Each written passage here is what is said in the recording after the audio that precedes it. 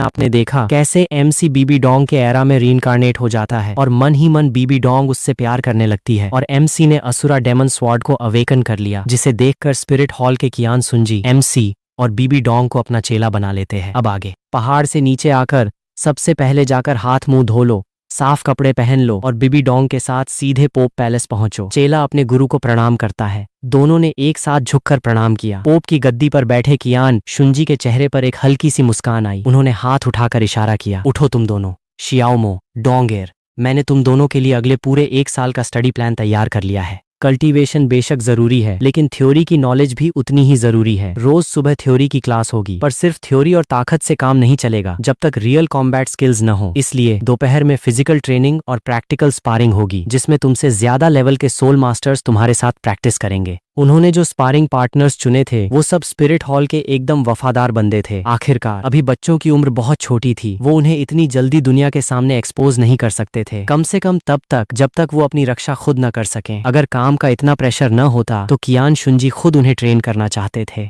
कियान शुंजी थोड़े रुके और आगे बोले, इसके अलावा ट्रेनिंग के बाद चोट लगना लाजमी है। मेडिसिन बात से शरीर भी मजबूत होगा और अंदरूनी चोटें भी ठीक होंगी। शाम को पहले मेडिसिन बाथ लेना, फिर मेडिटेशन और कल्टीवेशन करना। यह है तुम दोनों का डेली रूटीन। जी मास्टर, दोनों ने एक साथ जवाब दिया। मेन हॉल के पीछे जो स्टडी रूम है वहां तुम दोनों के लिए किताबें रखवा दी हैं। जाओ, जो भी समझ ना आए किसी भी वक्त आकर पूछ लेना। जी। दोनों ने फिर से एक साथ सिर हिलाया। तुम स्टडी रूम में पहुंचे, जहां 2 टेबल एक दूसरे से सटाकर रखी हुई थीं। टेबल पर किताबों का एक विशाल ढेर लगा था। बीबी डोंग ने जब किताबों का वो पहाड़ देखा तो उसका मुंह बन गया। इतनी सारी किताबें, ये कब जाकर खत्म होंगी? उसने मुंह बनाते हुए कहा। धीरे धीरे पढ़ो, 1 साल का टाइम बहुत होता है। तुम टेबल के पास जाकर बैठ गए और सबसे ऊपर रखी किताब खोल ली। बीबी डोंग के पास कोई और रास्ता नहीं था, तो वो भी बेमन से बगल में बैठ गई। तुम बहुत ध्यान से पढ़ रहे थे। पोप पैलेस की लाइब्रेरी अनाथालय की लाइब्रेरी से कहीं ज्यादा एडवांस्ड थी। इसमें दोलुओ कॉन्टिनेंट के कोने कोने का इतिहास और एकदम सिस्टमैटिक थ्योरी दर्ज थी। इसके उलट बीबी डोंग का पढ़ाई में जरा भी मन नहीं लग रहा था। अभी मुश्किल से 15 मिनट ही हुए थे कि उसकी पलकें भारी होने लगीं। थोड़ी देर और टिकने की कोशिश की, पर आखिरकार हिम्मत हार गई। सिर एक तरफ ढुलका और वो टेबल पर ही सो गई। तुमने सिर उठाकर देखा और बेबसी से सिर हिलाया। कोई ताज्जुब नहीं कि आगे चलकर यू शियाओगांग इसे इतनी आसानी से बेवकूफ बना लेता है। अगर इसने स्पिरिट हॉल की किताबों पर थोड़ा सा भी ध्यान दिया होता तो समझ आ जाता कि उसकी वो सो कॉल्ड 10 कोर थ्योरीज और कुछ नहीं, बस यहाँ वहां से चेपी गई समरी है। जैसे कि वो लिमिट सोल रिंग थ्योरी, जहाँ हर रिंग की एग्जैक्ट उम्र लिखी है, मानो हजारों एक्सपेरिमेंट किए गए हों। पर यू शियाओगांग जैसा 29वें लेवल का ग्रैंड सोल मास्टर भला ऐसा डेटा कहाँ से लाएगा? जवाब साफ था। अपनी सोच से बाहर आते हुए तुमने वापस पढ़ना शुरू किया। न जाने कितना वक्त बीत गया। सुबह का सेशन खत्म होने वाला था। तुमने किताब बंद की और बगल में देखा। बीबी डोंग अभी भी सो रही थी, हाथों का तकिया बनाए। उसकी सांसें एकदम शांत चल रही थीं। उठो अब। तुमने हल्के से उसका कंधा हिलाया। बीबी डोंग धीरे धीरे उबासी लेते हुए जागी। धुंधली आंखों से सिर उठाकर उसने अपनी आंखें मली और फिर अचानक झटके से चौंक गई। शिट, मैं सो गई। उसने तुरंत तुम्हारी तरफ देखा और शर्मिंदगी के मारे अपनी गर्दन नीचे कर ली। कितनी देर सोई मैं? लगभग 2 घंटे। बीबी डोंग की बोलती बंद हो गई। तभी तुमने साइड से कुछ कागज उठाए और उसकी तरफ सरका दिए। ये कुछ मेन पॉइंट्स हैं,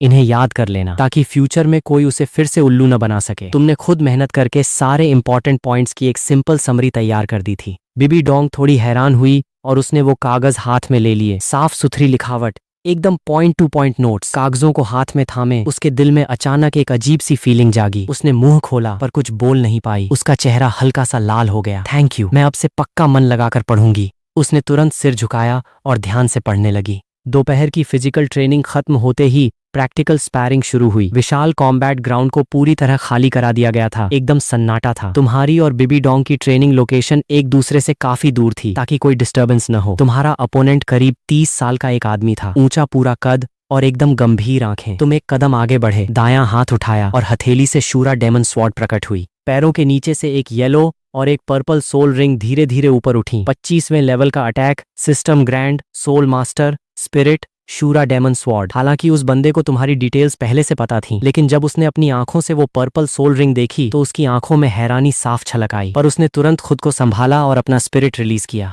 उसके हाथ में एक भारी भरकम लंबी तलवार आ गई जिसकी धार बर्फ की तरह चमक रही थी। उसके पैरों के नीचे 4 परफेक्ट कॉम्बिनेशन वाली सोल रिंग्स ऊपर उठी। झोली, 42वें लेवल का attack system, soul king, spirit, wind cutting blade. शुरू करते हैं। तुमने तलवार की मूठ को कसकर पकड़ा। आंखों में लड़ने की जिद साफ दिख रही थी। इस दुनिया में आए इतना टाइम हो गया था, पर आज तक किसी से असली फाइट नहीं हुई थी। गुस्ताखी माफ शहजादे, झोली की पहली सोल रिंग अचानक चमक उठी। First soul skill galloping wind. उसका शरीर एक साए की तरह गायब हुआ और उसकी स्पीड अचानक दोगुनी हो गई। वो हवा की तरह तुम्हारी तरफ झपटा, सीधा नहीं बल्कि टेढ़े मेढ़े पैंतरे बदलते हुए, जिसकी चाल पकड़ना नामुमकिन था। तुम्हारी पुतलियां सिकुड़ गईं, बहुत तेज, और इसकी मूवमेंट को प्रिडिक्ट करना मुश्किल है। तुमने एक सेकंड भी जाया नहीं किया। तुम्हारी पहली सोल रिंग चमक उठी। First soul skill shura bloodlust. एक हल्की सी लाल रोशनी तुम्हारे पूरे शरीर और शूरा डेमन स्वॉर्ड पर छा गई। तुम्हारी अटैक पावर और स्पीड तुरंत दोगुनी हो गई। ठीक उसी पल झोली तुम्हारे बिल्कुल सामने आ पहुंचा और उसने जोरदार वार किया। तुमने तुरंत अपने कदम बदले और साइड होकर वार बचाया। विंड कटिंग ब्लेड तुम्हारे कपड़ों को छूती हुई निकल गई, जिसकी हवा की सनसनाहट हवा में गूंज गई। पहला वार खाली जाते ही झोली की आंखों में हैरानी आई, पर वो रुका नहीं। उसने अपने कदम मोड़े और गोल घूमकर दोबारा तलवार चलाई। तुमने तुरंत अपनी शूरा डेमन स्वॉर्ड को ढाल की तरह आगे कर दिया। छनोंग। जैसे ही दोनों हथियार टकराए, तलवार से एक जबरदस्त झटका लगा। तुम्हारे पैर जमीन में धंस गए और तुम कई कदम पीछे फिसल गए। झोली की आंखें सिकुड़ गईं। इस वार में उसने अपनी 50% ताकत लगाई थी, वो भी गॉल्पिंग विंड की स्पीड के साथ। कोई आम ग्रैंड सोल मास्टर इसे झेल नहीं पाता, पर तुमने इसे ब्लॉक कर दिया था। उसने अब और ढील न देते हुए जमीन पर पैर पटका और पीछे कूदकर दूरी बना ली। मेरी दूसरी स्किल झेल कर दिखाओ। झोली की दूसरी सोल रिंग चमकी। Second soul skill blade series strike. उसने दोनों हाथों से तलवार पकड़ी और हवा में लहराई। 3 नीली हरी तलवार की धारें तुम्हारी तरफ लपकीं, एकदम बिजली की तेजी से, जिसने तुम्हारे बचने के सारे रास्ते ब्लॉक कर दिए। तुम्हारी आंखें चमक उठीं। तुम्हारे पास न तो कोई टेलीपोर्टेशन स्किल थी और न ही कोई फैंटम स्टेप्स। यह अटैक तेज था और इसका दायरा बड़ा। तुम्हारी मौजूदा ताकत से इसे चकमा देना नामुमकिन था। इसे सिर्फ सीधे झेलना ही एक रास्ता था। Second soul skill shura blood armour. तुम्हारे शरीर से लाल रोशनी फूटी और एक पतली सी ब्लड रेड एनर्जी की आर्मर ने तुम्हें ढक लिया। तुम्हें अपनी रगों में ताकत का बवंडर महसूस हुआ। तुम्हारी डिफेंस और पावर कई गुना बढ़ गई। ठीक तभी वो नीली हरी धारें तुम्हारे सामने पहुंच गईं। तुम्हारे पास पीछे हटने का रास्ता नहीं था और न ही तुम हटना चाहते थे। धड़ाक। टक्कर सिर्फ एक पल के लिए टिकी। शूरा डेमन स्वॉर्ड की धार के आगे वो नीली हरी रोशनी थरथराई और हवा में बिखर कर खत्म हो गई। तुम हल्का सा हाँफने लगे। शरीर में खून का बहाव तेज हो गया था और तलवार पकड़े दायां हाथ सुन्न पड़ चुका था। अगर शूरा ब्लड आर्मर की डिफेंस न होती तो इस वार से तुम पक्का घायल हो जाते, पर झोली ने तुम्हें सांस लेने का मौका तक नहीं दिया। First soul skill galloping wind. अपनी जगह पर एक साया छोड़ते हुए उसकी तलवार तुम्हारे मुंह के ठीक 3 इंच दूर आ पहुंची, बहुत ज्यादा तेज। तुम्हें अपनी सांस संभालने का टाइम तक नहीं मिला। तुमने सिर्फ अपनी इंस्टिंक्ट पर भरोसा करके तलवार आगे कर दी। Tang Tang Tang. लोहे से लोहा टकराने की तीखी आवाजें गूंजने लगीं। झोली एक के बाद एक लगातार वार कर रहा था। हर वार में भारी ताकत थी। तुम सिर्फ अपनी दोनों सोल स्किल्स के बूस्ट और सुबह सुबह सीखी बेसिक स्वॉर्डशिप के सहारे टिके हुए थे। मैदान में एक बड़ा और एक छोटा साया आपस में भिड़े हुए थे। तलवारों की चमक और टकराने की आवाज से पूरा मैदान गूंज रहा था। पर जल्द ही तुम्हें एहसास हुआ, झोली के वार भले ही खतरनाक लग रहे थे, लेकिन ऐन मौके पर वो अपनी ताकत थोड़ी कम कर लेता था। वो चाहता तो तुम्हें एक ही वार में कॉर्नर कर सकता था, पर वो तुम्हें संभलने का मौका दे रहा था। वो चाहता तो फाइट तुरंत खत्म कर सकता था, पर वो जानबूझकर इसे खींच रहा था। साफ था, वो तुम्हें हरा नहीं रहा था, बल्कि तुम्हें ट्रेन कर रहा था ताकि तुम्हें कॉम्बैट एक्सपीरियंस मिले। तुमने अपना दिमाग शांत किया और उसकी तलवार के रिदम को महसूस करना शुरू किया। धीरे धीरे सिर्फ डिफेंस करने की जगह तुम बीच बीच में काउंटर अटैक भी करने लगे। दर्जनों राउंड्स के बाद बहुत बढ़िया। झोली की आंखों में तारीफ साफ दिख रही थी, पर आज के लिए इतना काफी है। वो देख सकता था कि तुम्हारी सोल पावर लगभग खत्म हो चुकी थी। उसने एक भारी वार शूरा डेमन स्वॉर्ड पर किया, जिससे तुम 3 कदम पीछे हटे, और ठीक उसी वक्त उसकी तीसरी सोल रिंग चमक उठी। Third soul skill heavy blade boost. एक पल में उसकी तलवार का वजन और उसकी अपनी ताकत 50% बढ़ गई। धड़ाक। जैसे ही तलवार नीचे गिरी, तुम्हें लगा मानो कोई छोटा पहाड़ तुमसे आ टकराया हो। तुम्हारा बैलेंस पूरी तरह बिगड़ गया और तुम हवा में उछलकर 10 कदम दूर जमीन पर जा गिरे। तुमने जमीन पर हाथ टिकाया, तलवार के सहारे एक घुटने पर टिके और तेज तेज सांसें लेने लगे। तुम्हारा चेहरा सफेद पड़ चुका था, सीना ऊपर नीचे हो रहा था और शूरा ब्लड आर्मर की रोशनी इतनी हल्की हो गई थी मानो अभी गायब हो जाएगी। तुम्हारी स्पिरिट बेशक बहुत ताकतवर थी, पर तुम अभी सिर्फ 6 साल के थे। तुम्हारी ताकत झोली जैसे जवान मर्द के आगे कुछ भी नहीं थी और कॉम्बैट एक्सपीरियंस तो लगभग 0 था। उसके अचानक बढ़ाए गए वजन ने तुम्हें हैरान कर दिया और तुम एक ही झटके में उड़ गए।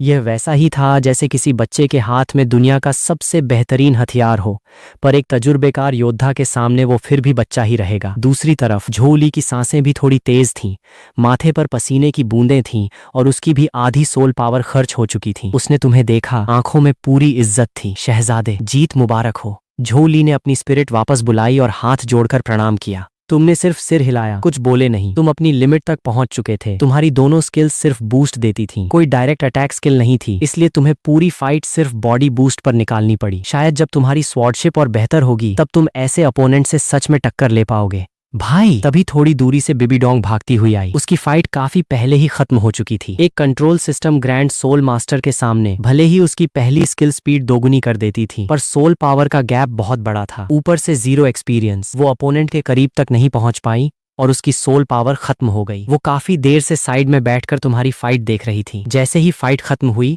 वो भाग कर आई और उसने तुम्हारा हाथ थाम लिया। तुम ठीक तो हो ना? बेबी डोंग के चेहरे पर फिक्र साफ दिख रही थी। तुमने अपनी स्पिरिट वापस खींची और जबरदस्ती मुस्कुराए। ठीक हूँ, बस ताकत पूरी निचोड़ गई। तो चलो जल्दी चलकर रेस्ट करते हैं। बेबी डोंग ने तुम्हें सहारा दिया और धीरे धीरे वापस ले जाने लगी। कमरे में पहुंचते ही नौकरानियों ने मेडिसिन बाथ पहले से तैयार कर रखा था। कियान शुंजी के दिए इस बाथ में दुर्लभ जड़ी बूटियां मिली हुई थीं। भाप उड़ रही थी और पूरे कमरे में एक सौंधी सी महक फैली थी जिसे सूंघते ही ताजगी महसूस होने लगती। तुम पूरे के पूरे टब में उतर गए। गर्म पानी ने तुम्हारी थकी हुई बॉडी को चारों तरफ से घेर लिया। जड़ी बूटियों के असर से शरीर का दर्द धीरे धीरे गायब होने लगा। आंखें बंद किए, तुम्हारे दिमाग में आज की फाइट का एक एक सीन घूमने लगा। झोली की पहली स्किल स्पीड और सरप्राइज अटैक के लिए बेस्ट है। दूसरी skill long range area attack है। तीसरी स्किल हैवी बूस्ट है जो पावर बढ़ाती है। रही बात मेरी, तो एक्सपीरियंस टाइम के साथ आ जाएगा, रिएक्शन टाइम बेहतर हो जाएगा। अगर आज नहीं झेल पाया तो कल झेलूंगा, कल नहीं जीत पाया तो परसों जीतूंगा। एक न एक दिन मैं जरूर जीतूंगा। मेडिसिन बात खत्म होने के बाद तुमने साफ कपड़े पहने, बिस्तर पर चौकड़ी मारी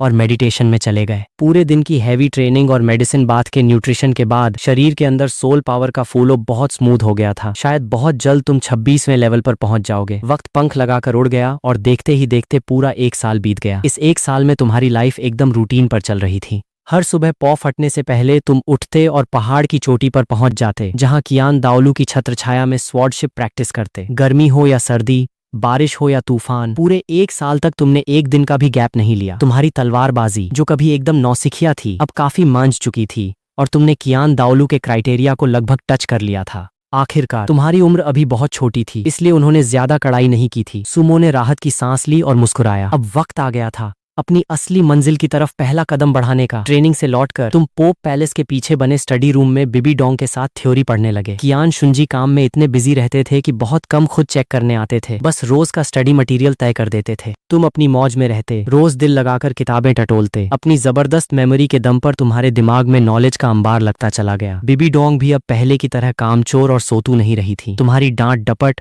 और साथ की वजह से इस 1 साल में उसकी प्रोग्रेस भी कमाल की रही। रोज पढ़ते वक्त वो तुम्हारे बगल में आकर बैठती, एकदम चुपचाप पन्ने पलटती और जो समझ न आता मुंह टेढ़ा करके तुरंत पूछ लेती। दोपहर होते ही 2 छोटे छोटे साए कड़क धूप में पसीना बहाते फिजिकल ट्रेनिंग करते दिखते। दोलुओ कॉन्टिनेंट की ट्रेडिशनल फिजिकल ट्रेनिंग बहुत ही बेसिक और पुरानी थी। स्पिरिट हॉल का तरीका यूशियाओगांग के पत्थरों से भरे बोरे लाद कर भगाने से थोड़ा ही बेहतर था, पर कोई खास फर्क नहीं था। इसलिए तुमने अपनी पुरानी जिंदगी की यादों का इस्तेमाल करके ट्रेनिंग के इक्विपमेंट्स और तरीकों में बहुत से बदलाव किए। साथ ही तुम दोनों time to time rare herbal syrup पीते थे, जिससे तुम्हारी फिजिकल स्ट्रेंथ लगातार बढ़ती गई और सेम लेवल के सोल मास्टर्स से कहीं आगे निकल गई। जब बात आती कॉम्बैट ट्रेनिंग की, तो शुरुआत में बार बार हारने वाले तुम दोनों अब तजुर्बेकार सोल मास्टर्स को कड़ी टक्कर देने लगे थे। सुधार साफ दिख रहा था। 6 महीने पहले अपनी निखरती स्वॉर्डशिप के दम पर तुमने पहली बार पूरी ताकत से लड़ रहे झोली को सच में हरा दिया था। उस वक्त तुम्हारी सोल पावर सिर्फ 28वें लेवल की थी, जबकि झोली 42वें लेवल पर था। फाइट खत्म होते होते तुम्हारी सोल पावर पूरी तरह खत्म हो चुकी थी, लेकिन तुम्हारी तलवार सीधे झोली की छाती की तरफ तनी थी। उसकी नोक उसकी गर्दन से सिर्फ 3 इंच दूर रुक गई थी। तुम जीत गए थे। उस पल झोली अपनी जगह सुन्न खड़ा रह गया। छाती पर टिकी तलवार की नोक को देखते हुए उसकी आंखों में सिर्फ शौक और इज्जत थी। इसके बाद कियान शुंजी ने और भी खतरनाक अपोनेंट्स उतारे, पर तुमने एक एक करके सबको चटाई सूंघा दी। 1 साल के अंदर तुम्हारी सोल पावर 25वें लेवल के पीक से सीधे 30वें लेवल पर पहुंच गई। बस एक सोल रिंग की कमी थी और तुम सीधे सोल वेनरेबल बन जाते। 7 साल की उम्र में सोल वेनरेबल बनना,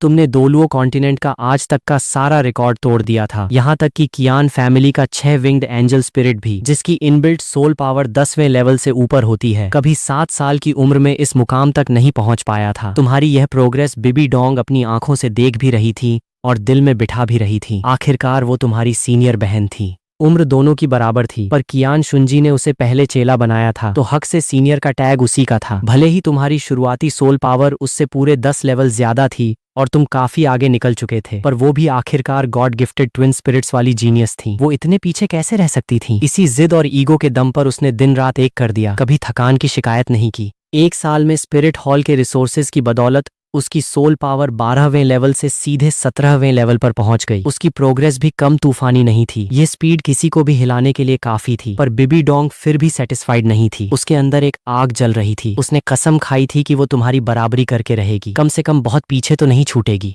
इसी तरह कियान शुंजी का तय किया हुआ 1 साल का स्टडी प्लान ऑफिशियल खत्म हुआ। अब दोनों को कुछ दिन का ब्रेक मिला था। जो भी डाउट हो या जरूरत हो, सीधे कियान शुंजी के पास जा सकते थे। दोपहर का टाइम था, कड़क धूप चमक रही थी। स्पिरिट हॉल सिटी के सेंटर में बनी एक आलीशान हवेली के बाहर तुम अकेले खड़े थे। थोड़ी ही देर में नौकरों की भगदड़ के बाद एक बंदा तेजी से दरवाजे की तरफ आया। आने वाला बंदा काफी नजाकत भरा, दिखने में थोड़ा हैंडसम और चलने फिरने में बिल्कुल लड़कियों जैसा था। ये कोई और नहीं, फ्यूचर का स्पिरिट हॉल एल्डर और बिबी डोंग का राइट हैंड क्रिसेंथिमम डोलुओ युएगुआन था। जाहिर है अभी वो सिर्फ एक सोल डोलुओ था, टाइटल डोलुओ के लेवल तक नहीं पहुंचा था। जब युएगुआन ने तुम्हारे हाथ में वो गोल्ड टोकन देखा तो उसकी आंखों में एक सेकंड के लिए जबरदस्त शौक तैर गया। एक 6-7 साल का बच्चा हाथ में पोप टोकन लिए खड़ा था। याद रहे, पोप टोकन का मतलब खुद पोप का होना था। टोकन देखा मतलब बंदा सामने खड़ा है। ये बच्चा कौन था? क्या ये पोप का नाजायज बेटा था? पर शक्ल तो बिल्कुल नहीं मिलती थी। तुम्हारी असली पहचान अभी सिर्फ स्पिरिट हॉल के टॉप ब्रास को पता थी। कियान शुंजी का प्लान था कि थोड़े टाइम बाद जब तुम्हारी और बिबी डोंग की ताकत थोड़ी और बढ़ जाएगी, तब ऑफिशियली अनाउंस करके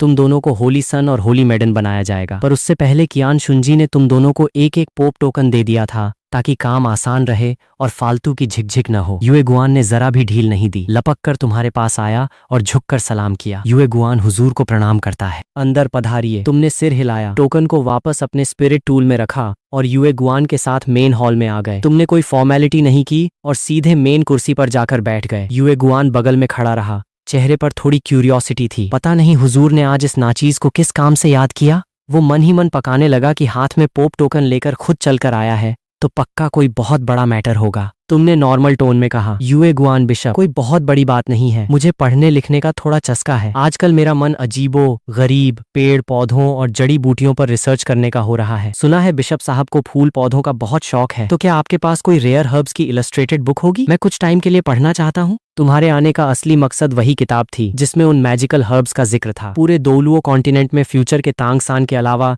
सिर्फ युएगुआन और पोजी क्लैन को ही इन हर्ब्स की नॉलेज थी। तुम्हारा प्लान था कि मौका मिलते ही उन हर्ब्स को हड़प लिया जाए। वो जगह अभी भी लावारिस ही होगी। कॉन्टिनेंट का सबसे बड़ा खजाना होने के नाते उसे जितनी जल्दी हो सके अपनी जेब में डालना ही अक्लमंदी थी। तुम्हें पौधों की पहचान नहीं थी, इसलिए युएगुआन के पास आना पड़ा। युएगुआन ने जैसे ही यह सुना, उसकी जान में जान आई। उसे लगा था पता नहीं कौन सा पहाड़ टूट पड़ा है जो हुजूर खुद टोकन लेकर आ गए। पर मैटर तो सिर्फ एक किताब का निकला। और जब बात फूलों की आई तो युएगुआन का चेहरा खिल उठा, आंखों में चमक आ गई। हुजूर, आप बिल्कुल सही दरवाजे पर आए हैं। उसने अपने स्पिरिट टूल से एक मोटी सी पुरानी किताब निकाली। ये उसकी खानदानी रेयर हर्ब्स गाइड थी, जिसमें अनगिनत दुर्लभ फूलों और पौधों की फोटो और डिटेल्स भरी पड़ी थी। हुजूर, ये लीजिए। युएगुआन ने दोनों हाथों से किताब थमाते हुए बहुत इज्जत से पेश की। तुमने किताब ली, 2 पन्ने पलटे और हल्का सा सिर हिलाया। थैंक्स। तुमने ज्यादा कुछ नहीं कहा, पर यह एहसान दिल में रख लिया। युएगुआन का टैलेंट सच में काफी अच्छा था। Ice and fire yin Yang well में एक इमॉर्टल क्रिसेंथिमम पौधा था। पूरे कॉन्टिनेंट में युएगुआन से बेहतर दावेदार उसके लिए कोई नहीं था। फ्यूचर में अगर वो पौधा इसे दे दिया जाए तो न सिर्फ इसका लेवल आसमान छू लेगा, बल्कि इसकी 100% वफादारी भी मिल जाएगी।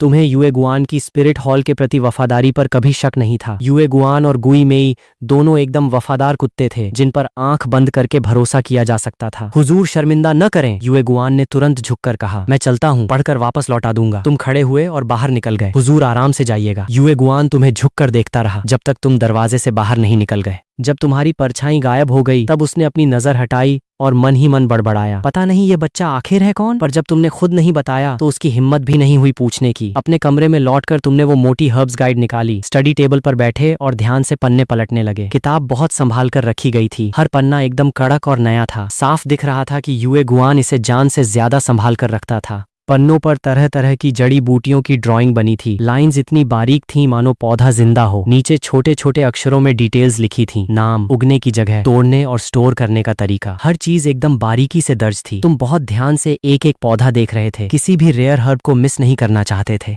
भले ही इनमें से ज्यादातर इमॉर्टल हर्ब्स न हो, पर बहुत सी जड़ी बूटियां सोल मास्टर्स की ट्रेनिंग के लिए वरदान थीं। एक पन्ना पलटते ही तुम्हारी उंगलियों की स्पीड धीमी हो गई। 8 पेटल इमॉर्टल ऑर्किड, तुमने हल्के से नाम दोहराया। फोटो में एक चांदी जैसी सफेद ऑर्किड बनी थी जिसकी 8 पंखुड़ियां फैली हुई थीं और नीचे की गांठें बहुत घनी थीं। तुमने इस पन्ने को बहुत ध्यान से पढ़ा। तुम्हें अच्छे से पता था कि हर इमॉर्टल हर्ब को तोड़ने और स्टोर करने के बहुत कड़े रूल्स होते हैं। जरा सी चूक हुई और उसकी पावर आधी रह जाएगी या पूरी खत्म हो जाएगी। यहाँ तक कि हर हर्ब को खाने का तरीका भी अलग होता है। अगर गलत तरीके से खा लिया तो ऐसा नुकसान होगा जिसकी भरपाई नामुमकिन है। अब जब यह किताब हाथ लग ही गई थी तो तुमने हर एक हर्ब की खासियत को अपने दिमाग में छापने का फैसला किया। जब एक एक डिटेल याद हो गई तब तुमने पन्ना आगे पलटा। इसके बाद एक से बढ़कर एक जाने पहचाने नाम सामने आने लगे। Immortal chrysanthemum, aromatic tulip, rooster comb, burnet parrot. हर एक पौधा वही था जिसका जिक्र ओरिजिनल स्टोरी में था। हर एक ऐसा जिसके लिए पूरी सोल मास्टर दुनिया पागल हो जाए। तभी एक हल्का सा साया तेजी से अंदर घुसा और उसने चुपके से दरवाजा बंद कर लिया। मूवमेंट्स इतनी स्मूथ थी मानो ये काम हजारों बार किया गया हो। आहट सुनते ही तुमने सिर उठाया। सामने बीबी डोंग खड़ी थी। तुम्हारा चेहरा एकदम शांत था, मानो तुम्हें पहले से पता था। पिछले 1 साल में बीबी डोंग अक्सर तुम्हारे कमरे में आती थी, बल्कि कई बार तो रात में यहीं सो जाती थी। पहली बार जब वो आई थी तो उसने कहा था कि उसे डरावना सपना आया है। सपने में उसके घर वालों को डेविल सोल मास्टर्स मार रहे थे। उस रात तुमने उसे बहुत देर तक चुप कराया था, बातें की थीं जब तक कि वो गहरी नींद में सो नहीं गई। बस उसी दिन से बीबी डोंग का तुम्हारे कमरे में आना एक नॉर्मल बात बन गई थी। कई बार तो तुम सो भी चुके होते थे। क्या देख रहे हो? यूए गुआन बिशप से एक हर्ब्स की किताब उधार ली है। इसमें बहुत सी दुर्लभ जड़ी बूटियों की डिटेल्स हैं। तुमने थोड़ा साइड होकर उसके लिए जगह बनाई। दुर्लभ जड़ी बूटियां? बीबी डोंग तुम्हारे बिल्कुल सट कर बैठ गई, मुंह टेढ़ा करके ड्राइंग्स देखने लगी। आंखों में थोड़ी क्यूरियोसिटी थी। इसमें देखने लायक क्या है? ये कोई आम फूल पौधे नहीं है। तुमने हल्का सा सिर हिलाया और कुछ पन्ने पलटकर एक फोटो की तरफ उंगली की। ये देखो, इसे कहते हैं लव सिक हार्ट ब्रोकन रेड। ये हर्ब्स की रानी है। इसे खाने के बाद बिना किसी साइड इफेक्ट के सोल पावर बहुत तेजी से बढ़ती है और कल्टीवेशन टैलेंट भी कई गुना बढ़ जाता है। बीबी डोंग का मुंह खुला का खुला रह गया। आंखों में गहरा शौक था। बिना किसी साइड इफेक्ट के सोल पावर बढ़ जाती है और टैलेंट भी सुधर जाता है? ऐसी चीज पॉसिबल भी है क्या? 1 साल बीतने के बाद वो अब पहले जैसी नादान बच्ची नहीं रही थी। उसे अच्छे से पता था कि इस दुनिया में सोल पावर बढ़ाने के तरीके तो हैं, पर ज्यादातर की बहुत भारी कीमत चुकानी पड़ती है। या तो फ्यूचर का टैलेंट खत्म हो जाता है या बॉडी की नींव हिल जाती है। पर जैसा तुम बता रहे थे, बिना किसी साइड इफेक्ट के टैलेंट बढ़ाने वाली जड़ी बूटी, ऐसी चीज के बारे में उसने आज तक कभी नहीं सुना था। बिल्कुल सच है, ये यूए गुआन बिशप की खानदानी किताब है। तुमने ज्यादा खींचा नहीं और टॉपिक बदलते हुए कहा, वैसे इस पौधे की एक लव स्टोरी भी है, सुनना चाहोगी? बीबी डोंग ने तुरंत सिर हिलाया। हाँ। तुम्हारी टोन सॉफ्ट हो गई। कहते हैं बहुत साल पहले एक लड़का था जिसे फूलों से बेइंतहा प्यार था। उसकी सच्ची भक्ति देखकर स्वर्ग की फ्लावर फेरी का दिल पिघल गया। वो चुपके से धरती पर आई और उससे शादी कर ली। पर देवताओं को पता चल गया। इंसान और परी का मिलन पाप माना जाता था, तो गुस्से में आकर देवताओं ने परी को वापस स्वर्ग बुला लिया। लड़का अपनी मोहब्बत के गम में टूट गया। दिन रात उदास रहने लगा और उसने पौधों का ध्यान रखना छोड़ दिया। फिर एक दिन एक सफेद दाढ़ी वाले बूढ़े ने उसे बताया कि उसके आंगन में जो सफेद गुलाब है वही उसकी महबूबा का रूप है। अगर वो उसे तोड़ देगा तो परी वापस इंसान बनकर उसके पास आ जाएगी। पर लड़का अपनी जान से प्यारी चीज को नुकसान कैसे पहुंचाता? वो बस रोज उस फूल के सामने बैठकर रोता और शराब पीता रहता। आखिरकार तड़प तड़प कर उसका दिल फट गया और वो मर गया। मरते मरते उसके मुंह से खून की एक घूंट निकली और उस फूल की पंखुड़ियों पर जा गिरी। तुमने फोटो में पंखुड़ियों पर बनी लाल लाइंस की तरफ इशारा किया। देखो, ये जो लाल लाल निशान दिख रहे हैं, ये उसी आशिक का खून है। वो देवता कितना गंदा था, 2 प्यार करने वालों को अलग कर दिया। बीबी डोंग की आंखें नम हो गई थीं,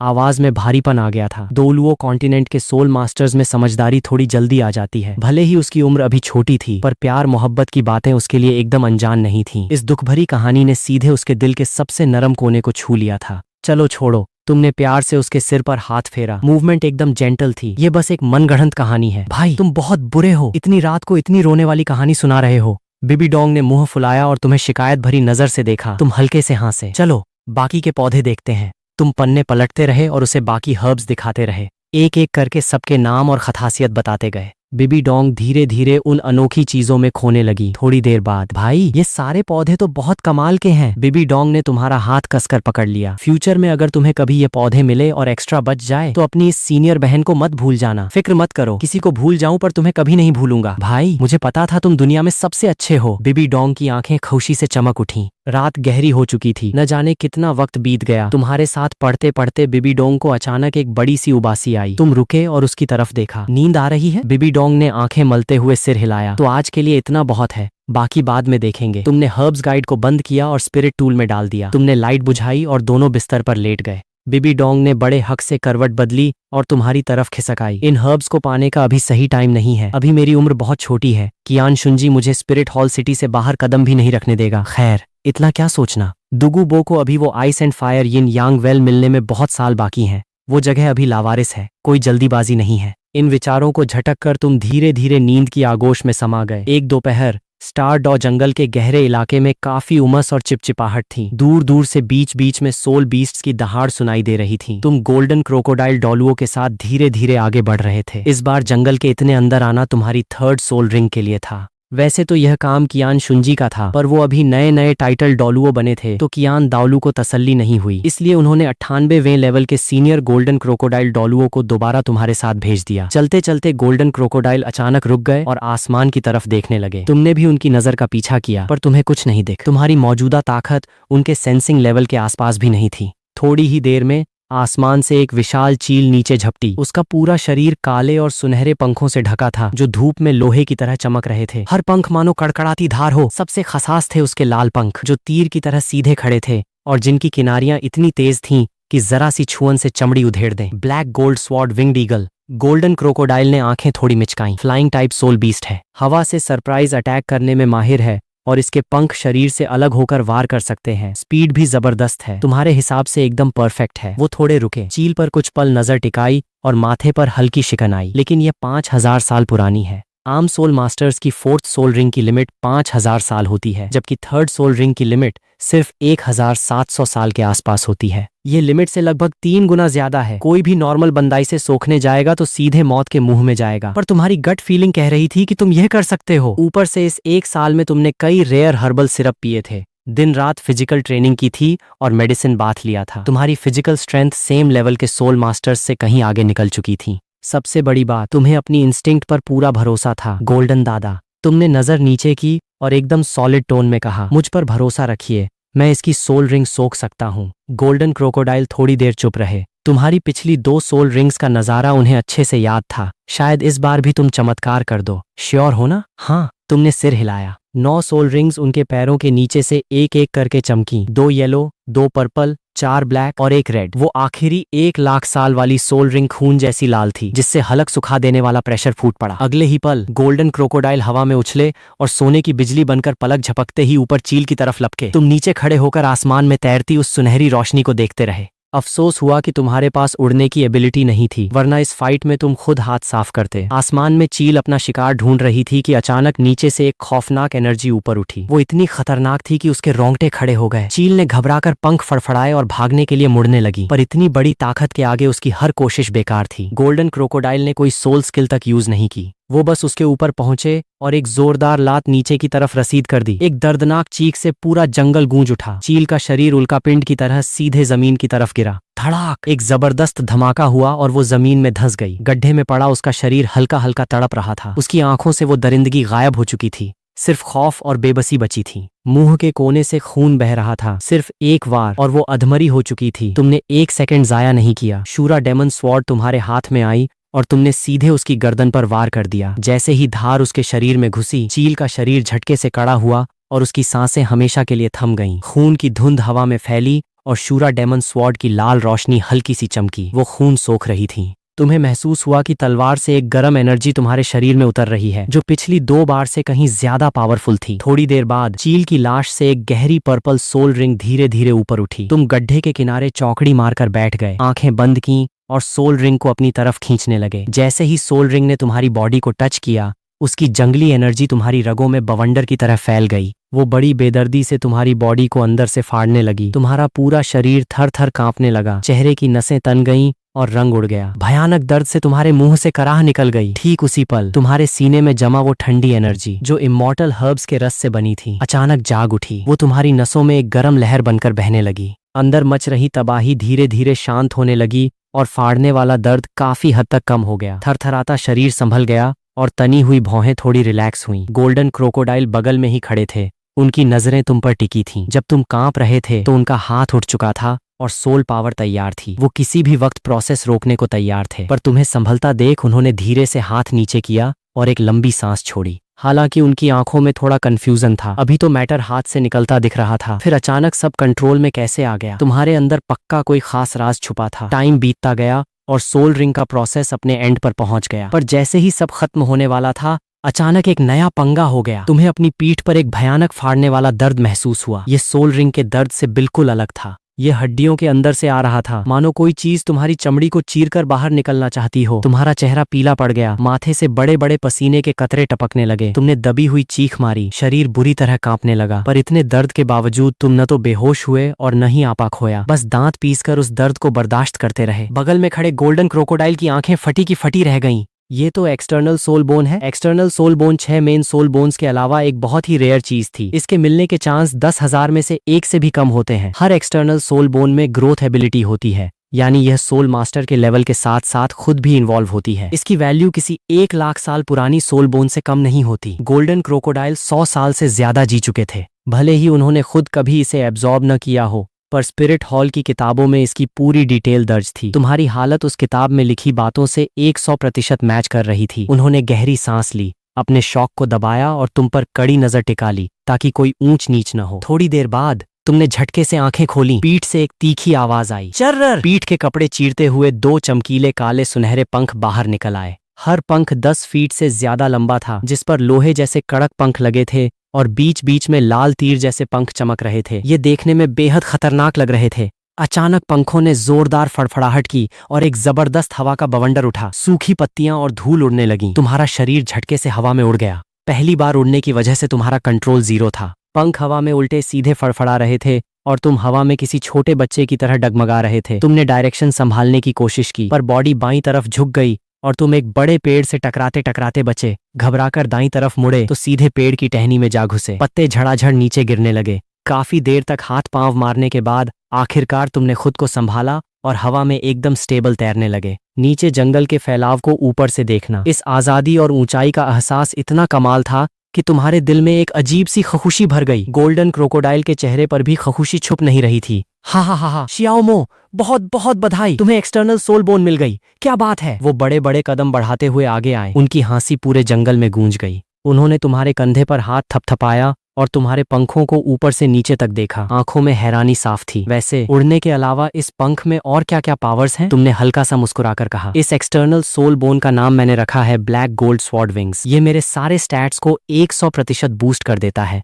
जिससे फाइट में मुझे ज्यादा पावर और स्पीड मिलती है। रही बात बाकी एबिलिटीज की, तो गोल्डन दादा जरा ये देखिए। बात खत्म होते ही तुम्हारे पीछे बने ब्लैक गोल्ड स्वॉर्ड विंग्स झटके से फड़फड़ाए। तुम्हारा शरीर रॉकेट की तरह ऊपर उठा और हवा में एक यू टर्न मारते हुए तुमने नीचे एक विशाल पेड़ की तरफ डाइव लगाई। छन, पंख पेड़ के तने को छूकर निकले। एक काली रोशनी चमकी और अगले ही सेकंड तुम जमीन पर आ चुके थे। पेड़ की तरफ पीठ किए खड़े थे। तुम्हारे पीछे खड़ा वो विशाल पेड़ धीरे धीरे तिरछा हुआ और फिर एक जबरदस्त धमाके के साथ जमीन पर आ गिरा। धड़ाम। इससे साफ दिख रहा था कि यह पंख कितने धारदार थे। तभी तुम्हारे पंखों से कटकटाने की बारीक आवाजें आने लगीं। पंखों पर लगे कड़क तीर जैसे पंख एक एक करके अलग होने लगे और तुम्हारे पीछे हवा में तैरने लगे। देखते ही देखते तुम्हारे पीछे सैकड़ों ब्लैक गोल्ड स्वॉर्ड फेदर हवा में टांग गए। हर एक की नोक बाहर की तरफ तनी थी। तुम्हारी नजर 50 मीटर दूर बनी एक चट्टान पर पड़ी। तुमने बस मन में सोचा, शू शू शू शू। सैकड़ों काले सुनहरे तीर हवा को चीरते हुए सीधे चट्टान में जा घुसे। धड़ाक धड़ाक धड़ाक, धूल और पत्थरों का गुबार उड़ गया। जब धूल छांटी तो चट्टान पर अनगिनत तीर गढ़े हुए थे। कुछ आधे अंदर धंसे थे तो कुछ पूरे के पूरे पत्थर में समा चुके थे। पूरी चट्टान किसी जांतव जंगली सुअर की तरह तीरों से भरी पड़ी थी। तुमने एक बार फिर मन में सोचा। पत्थर में गढ़े वो तीर हल्के से कांपे और बुलावा पाते ही चट्टान से बाहर निकल आए। हवा में शानदार आर्क बनाते हुए वो वापस तुम्हारे पीछे उड़कर आ गए। वो हवा में रीअलाइन हुए और पलक झपकते ही वापस जुड़कर वही ब्लैक गोल्ड स्वॉर्ड विंग्स बन गए। इस अटैक का नाम है स्वॉर्ड फेदर रेन। जब ये पंख शरीर से अलग होकर अटैक करते हैं तब मैं उड़ नहीं सकता, पर 100% बूस्ट वाला इफेक्ट फिर भी चालू रहता है। गोल्डन क्रोकोडाइल तालियां बजाने लगे। गजब, एक्सटर्नल सोल बोन सच में कुदरत का करिश्मा है। शियाओमो, तुम्हारी किस्मत का कोई जवाब नहीं। तुम मुस्कुराए। यह सब आपकी वजह से हुआ गोल्डन दादा, जो आपने इस बीस्ट का शिकार किया। उन्होंने हाथ हवा में हिलाया। एक्सटर्नल सोल बोन पूरी तरह तुम्हारी अपनी किस्मत है। वो थोड़े रुके, आंखों में क्यूरियोसिटी जगी। वैसे तुम्हारी थर्ड सोल स्किल क्या मिली? थर्ड सोल रिंग एब्जॉर्ब करने के बाद मेरी सोल पावर सीधे 32वें लेवल पर पहुंच गई है। रही बात मेरी थर्ड सोल स्किल की, तो यह एक क्राउड कंट्रोल और एरिया अटैक स्किल है। इसे मैं कहता हूँ शूरा स्वॉर्ड डोमेन। इसे यूज करते ही एक बड़ा स्वॉर्ड फील्ड बन जाता है जहाँ दुश्मनों की स्पीड और पावर कम हो जाती है, जबकि मेरी अटैक पावर कई गुना बढ़ जाती है। अगर मुझसे काफी स्ट्रॉन्ग अपोनेंट भी सामने आ जाए तो यह डोमेन मुझे भागने का टाइम दे देगा। गोल्डन क्रोकोडाइल ने सुनकर सिर हिलाया। बहुत बढ़िया, चलो अब वापस चलने का टाइम हो गया है। दोनों साए धीरे धीरे जंगल के बाहर की तरफ बढ़ने लगे। शाम ढल चुकी थी। स्टार डॉ जंगल से स्पिरिट हॉल सिटी की तरफ लौटती सड़क पर एक आलीशान रथ चला जा रहा था। रथ खुद गोल्डन क्रोकोडाइल डॉलुओ चला रहे थे, जिन्होंने अपनी पूरी एनर्जी दबा रखी थी, मानो कोई आम बूढ़े बाबा हों। दोनों जंगल से करीब 40-50 मील दूर निकल चुके थे। स्पिरिट हॉल सिटी अभी भी काफी दूर थी और उनका प्लान रात भर में सफर तय करने का था। अचानक गोल्डन क्रोकोडाइल के माथे पर बल पड़ा। उन्होंने तुरंत लगाम कसकर खींची। घोड़ा हिनहिनाया। अगले टापे हवा में उठे और फिर जमीन पर आ टिके। रथ रुक गया। पर्दा हटाकर तुम बाहर निकले। गोल्डन दादा, क्या हुआ? बात पूरी भी नहीं हुई थी कि एक हल्की सी हवा का झोंका आया। तुम्हारी नाक फड़क उठी और भौहें तन गईं। हवा में खून की भयानक बदबू घुली हुई थी। दक्षिण पूर्व दिशा वाले गांव में डेविल सोल मास्टर्स का एक गिरोह बैठा है। गोल्डन क्रोकोडाइल ने अपनी मेंटल पावर से सेंस करके बताया। कुल 4 लोग हैं। सबकी ताकत सोल किंग के आसपास है। स्पिरिट हॉल सिटी और स्टार डॉ जंगल दोनों ही हेवन डॉ और स्टार लुओ साम्राज्यों के बॉर्डर पर पड़ते थे। लौटते वक्त इस इलाके से गुजरना ही पड़ता था और बॉर्डर का इलाका हमेशा से सबसे ज्यादा गंदा और क्राइम प्रोन होता था। भले ही स्पिरिट हॉल बीच में रहकर बड़ी फाइट न होने देता हो, पर छोटे मोटे दंगे कभी नहीं रुकते थे। ऐसा crime zone in devil soul masters का अड्डा बना हुआ था। गोल्डन दादा, तुमने सीरियस टोन में कहा, इन नीच डेविल सोल मास्टर्स को खत्म करना स्पिरिट हॉल का फर्ज है। हम ऐसे आंखें मूंद कर नहीं जा सकते। गोल्डन क्रोकोडाइल ने हल्का सा सिर हिलाया। बिल्कुल, तुम्हारी आंखों में लड़ने का जुनून उमड़ पड़ा। इस बार मुझे अकेले हाथ साफ करने दीजिए। मैं देखना चाहता हूँ कि मेरी असली ताकत कितनी है। जब तक जान पर न बनाए आप बीच में मत आइएगा। ठीक है, उन्होंने आराम से सिर हिलाया। बस कुछ कीड़े मकोड़े ही तो थे। उनकी छत्रछाया में रहते हुए अगर तुम्हें खरोंच भी आ जाती तो उनकी 100 साल की जिंदगी पर लानत थी। गोल्डन क्रोकोडाइल ने जमीन पर पैर पटका और हवा में उड़ गए। तुमने भी पीछे ब्लैक गोल्ड स्वॉर्ड विंग्स फैलाए और जोरदार फड़फड़ाहट के साथ उनके पीछे हो लिए। गोल्डन क्रोकोडाइल की मेंटल पावर के कवर में तुम दोनों का वजूद रात के अंधेरे में पूरी तरह छुप चुका था। थोड़ी ही देर में तुम दोनों गांव के बाहर झाड़ियों में लैंड हुए। तुमने आंखें मिचकाकर आगे देखा और अगले ही पल तुम्हारी पुतलियां सिकुड़ गईं। सामने एक छोटा सा गांव था, मुश्किल से 15-20 मिट्टी के मकान, पर इस वक्त आधे से ज्यादा घर टूटकर मलबे में बदल चुके थे, जहां से सफेद धुआं उठ रहा था। रात की हवा के साथ खून और जलने की बदबू सीधे नाक में घुस रही थी। मैदान के कोने में बने एक पुराने पीपल के पेड़ के नीचे 3 जवान लड़कियां दुबकी बैठी थीं। वो डर के मारे कांप रही थीं, अपने होंठ दांतों तले दबा रखे थे ताकि चीख न निकले। सबसे अंदर बैठी लड़की की गोद में 2-3 साल का बच्चा था, जिसका मुंह उसने हाथ से कसकर भींच रखा था। बच्चा बड़ी बड़ी आंखों से चुपचाप रोए जा रहा था। अलाव के पास 4 डेविल सोल मास्टर्स खड़े थे, 3 आदमी और एक औरत। एक गंजा हट्टा कट्टा आदमी पीठ पीछे लाल चमगादड़ के पंख फैलाए चौकड़ी मारकर बैठा था। उसके चारों तरफ हल्की सी लाल रोशनी तैर रही थी। उसके सामने एक ग्रामीण की ताजा लाश पड़ी थी, जिसकी लाइफ एनर्जी सोख कर वो कल्टीवेट कर रहा था। गंजे के बगल में एक नॉर्मल सी दिखने वाली औरत थी, जिसकी गर्दन और कंधों पर काली बेलों के टैटू बने थे। उसकी स्पिरिट काली बेलें थीं, जो एक ग्रामीण से लिपटी उसकी जान निचोड़ रही थीं। थोड़ी दूर पर एक नाटा मोटा आदमी मिट्टी का मटका मुंह से लगाए गट गट खून पी रहा था। लाल लाल खून उसके मुंह के कोनों से बहकर कपड़ों पर गिर रहा था, पर उसे कोई फर्क नहीं पड़ रहा था। पूरा मटका गटकने के बाद उसने मुंह पोंछा, जीभ निकालकर होठों पर लगा खून चाटा और एक लंबी थकी हुई सांस ली। उसके चेहरे पर वहशी मजा साफ दिख रहा था। तभी मोटे के बगल में खड़ा लंबा पतला आदमी उठ खड़ा हुआ। उसका चेहरा पीला पड़ चुका था, आंखें अंदर धंसी थीं और नीचे काले घेरे थे। बिल्कुल ठरकी और अयाश टाइप लग रहा था। उसने अपनी गर्दन मटकाई, पीपल के पेड़ के नीचे बैठी लड़कियों पर हवस भरी नजर डाली और कमीनी मुस्कान के साथ उनकी तरफ बढ़ने लगा। नहीं, पास मत आओ। एक लड़की उसे पास आते देख बुरी तरह कांपने लगी। उसने पीछे हटने की कोशिश की, पर पीठ पेड़ के खुरदुरे तने से जा लगी। भागने का कोई रास्ता नहीं था। लंबे पतले आदमी ने गंदे पीले दांत दिखाते हुए ठहाका लगाया, अरे छम्मक छल्लो, डर मत। जिंदा रहना चाहती है तो मेरी सेवा कर। खुश कर दिया तो शायद 2 दिन और जीने दूं। उसने हाथ बढ़ाकर लड़की के कपड़े फाड़ने की कोशिश की। जैसे ही उसकी उंगलियां कपड़ों को छूने वाली थीं, रात के सन्नाटे को चीरती हुई एक तीखी हवा की आवाज आई। लंबे पतले बंदे ने झटके से हाथ पीछे खींचा और मुड़ा। उसकी आंखें फटी की फटी रह गईं। सैकड़ों काले सुनहरे तीर तूफान की तरह उसकी तरफ आ रहे थे। चेहरे का ठरकपना 1 सेकंड में उड़ गया। सिर्फ खौफ बचा। ऐन मौके पर उसने अपनी स्पिरिट रिलीज की। एक खंजर, जिस पर डरावना डार्क रेड रंग चढ़ा था, मानो अनगिनत खून में डुबोया गया हो। उसके पैरों के नीचे 4 सोल रिंग्स चमकी, व्हाइट, येलो,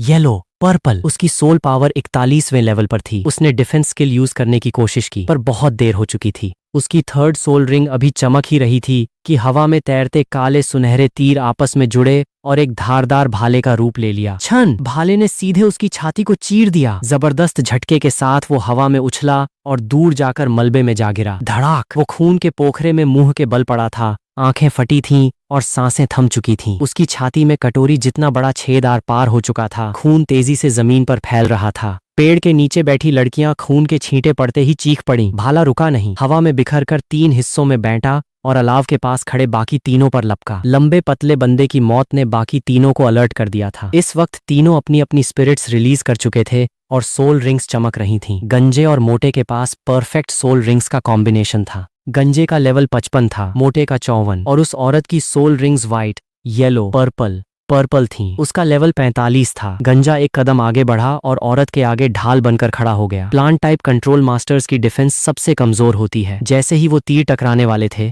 गंजे की थर्ड सोल रिंग चमक उठी। उसकी पीठ पर बने लाल चमगादड़ के पंख आगे आकर बंद हुए और उसके चारों तरफ एक ब्लड रेड शील्ड बन गई। धड़ाक, तीर सीधे उस शील्ड से टकराए और खखून जैसी लहरें उठीं, पर तीर अंदर नहीं घुस सके। दूसरी तरफ के तीर भी रुक गए थे। नाटे मोटे बंदे की स्पिरिट वही मिट्टी का मटका थी। इस वक्त मटका बड़ा होकर उसकी पीठ पर ढाल बन चुका था, जिसने अटैक ब्लॉक कर दिया था। दूर खड़े तुम्हारे माथे पर बल पड़ा। 5th लेवल सोल किंग्स की डिफेंस को सिर्फ इन तीरों से तोड़ना सच में मुश्किल है। तुमने मन में सोचा। सारे तीर हवा में गोल घूमकर तुम्हारे पीछे आए और वापस पंखों में जुड़ गए। तुमने पंख फड़फड़ाए और रॉकेट की तरह सीधे हवा में उड़ गए। पलक झपकते ही तुम तीनों के ठीक ऊपर मंडरा रहे थे और ऊपर से उन्हें घूर रहे थे। अरे, ये तो एक छोटा सा बच्चा है। गंजे ने तुम्हें ध्यान से देखा तो हैरान रह गया। उसे लगा था स्पिरिट हॉल की पुलिस आ गई है और वो भागने का प्लान बना रहा था, पर सामने तो एक 10 साल से भी छोटा बच्चा निकला। उसने जल्दी से आसपास नजर दौड़ाई। कोई नहीं था, सिर्फ आसमान में तैरता ये बच्चा। बॉस! औरत अचानक चीख पड़ी और तुम्हारी पीठ की तरफ इशारा किया। इसके पंख देखो, ये सोल पावर से नहीं बने हैं। क्या ये वही लेजेंडरी एक्सटर्नल सोल बोन है? गंजे की आंखें फटी की फटी रह गईं। वो तुम्हारे पंखों को घूरने लगा। अगले ही पल उसकी आंखों में लालच तैर गया। हाँ, पक्का वही है। मोटा आगे आया और जीभ लपलपाई। बॉस, इस लौंडे के पास इतना तगड़ा माल है, ये तो खुद चलकर आया शिकार है।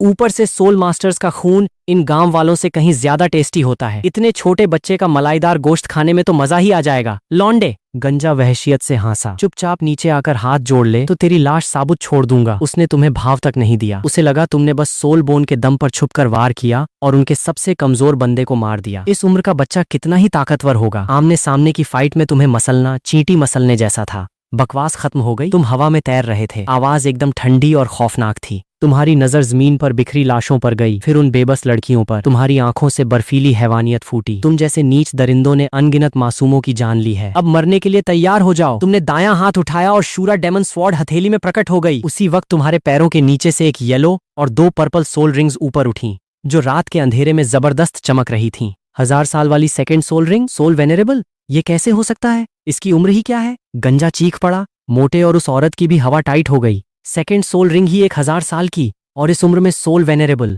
ये कोई आम बंदा हो ही नहीं सकता था। पक्का किसी बहुत बड़ी फैमिली या पावरफुल बैकग्राउंड का चिराग था, पर उन्हें सोचने का मौका नहीं मिला। तुम अटैक कर चुके थे। तुम्हारी पहली और दूसरी सोल रिंग्स एक साथ चमकी। अटैक, स्पीड, पावर और डिफेंस सब एक झटके में दोगुने हो गए। ऊपर से ब्लैक गोल्ड स्वॉर्ड विंग्स का 100% ऑल स्टैट्स बूस्ट। इस वक्त तुम अपने पीक फॉर्म में थे। भले ही 3 डेविल मास्टर से तुम्हारा लेवल काफी कम था, पर शूरा डेमन स्वॉर्ड की स्पिरिट उनके घटिया स्पिरिट्स को दबा रही थी। ये फाइट जीती जा सकती थी। तुम्हारे पंख फड़फड़ाए और तुम बाज की तरह नीचे झपटे। मरने आया है। गंजा दहाड़ा। उसकी सेकंड सोल रिंग चमकी। First soul skill, blood wings. उसकी पीठ पर बड़े बड़े लाल चमगादड़ के पंख निकले और वो हवा में तुम्हारी तरफ लपका। पर तुम्हारा इरादा उससे उलझने का था ही नहीं। तुम्हारा टारगेट साफ था, पहले उस कंट्रोल टाइप औरत को निपटाना। जैसे ही तुम दोनों टकराने वाले थे, तुम्हारे पंख मुड़े और तुम गंजे को चकमा देकर सीधे जमीन पर खड़ी औरत की तरफ लपके। गंजा हवा में खाली हाथ रह गया। उसका रंग उड़ गया। रुको! मोटे ने हाथ का मटका हवा में फेंका, जो गोल गोल घूमता हुआ तुम्हारी तरफ आया। औरत ने तुम्हें अपनी तरफ आता देखा तो उसका चेहरा सफेद पड़ गया, पर वो आखिरकार 45वें लेवल की सोल मास्टर थी।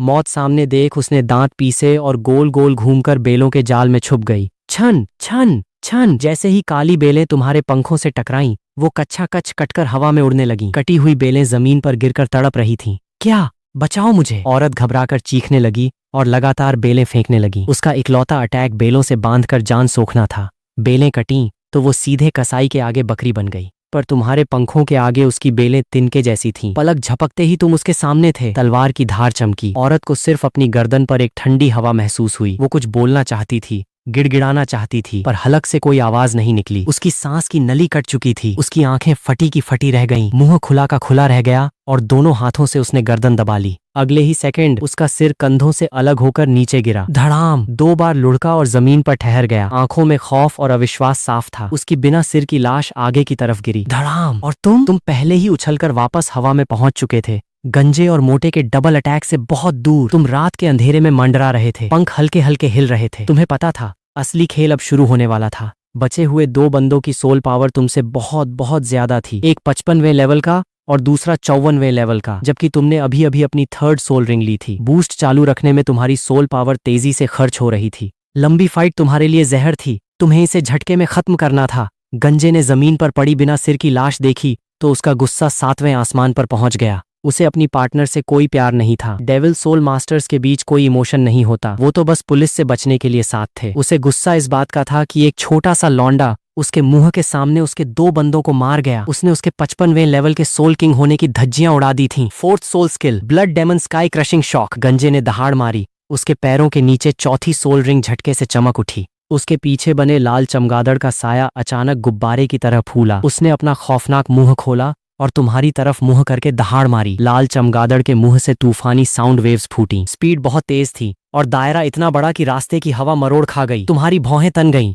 इस अटैक से बचना नामुमकिन था। तुमने तुरंत ब्लैक गोल्ड स्वॉर्ड विंग्स को आगे समेटकर ढाल बना ली। धड़ाक। एक अनदेखे झटके ने तुम्हें जोरदार टक्कर मारी। तुम्हें लगा मानो शरीर के अंदर खून उबल गया हो। हलक में मीठापन आया और होठों के कोने से खून छलक पड़ा। अगले ही सेकंड तुम कटी पतंग की तरह हवा से उछले और कई मीटर दूर मलबे में जा गिरे। चारों तरफ धूल का गुबार उड़ गया। हाँ, तुम धीरे धीरे जमीन पर हाथ टिकाकर उठे और मुंह पर लगा खून पोंछा। अगर एक्सटर्नल सोल बोन और शूरा ब्लड आर्मर का डबल डिफेंस न होता तो इस एक वार से तुम्हारी हड्डियां सुरमा बन जाती। तुमने दांत पीसे, पीठ के पंखों ने जोरदार फड़फड़ाहट की और तुम मलबे को चीरते हुए वापस हवा में उड़ गए। इस वक्त तुम्हारे कपड़े फटे हुए थे, बाल बिखरे थे और मुंह पर खून के निशान थे। हालत एकदम खस्ता लग रही थी। थोड़ी दूर खड़ा गंजा हैरान रह गया। एक मामूली सोल वेनेरेबल उसकी 4th सोल स्किल सीधे झेलकर सिर्फ मामूली जख्मी हुआ था। मोटे, इस लौंडे में कुछ तो गड़बड़ है। हाथ मत रोक, दोनों साथ में अटैक करो। खेल तुरंत खत्म करो। उसकी आवाज लोहे की तरह भारी थी। ठीक है बॉस। मोटा तुरंत हरकत में आया। उसकी 1st सोल रिंग चमकी।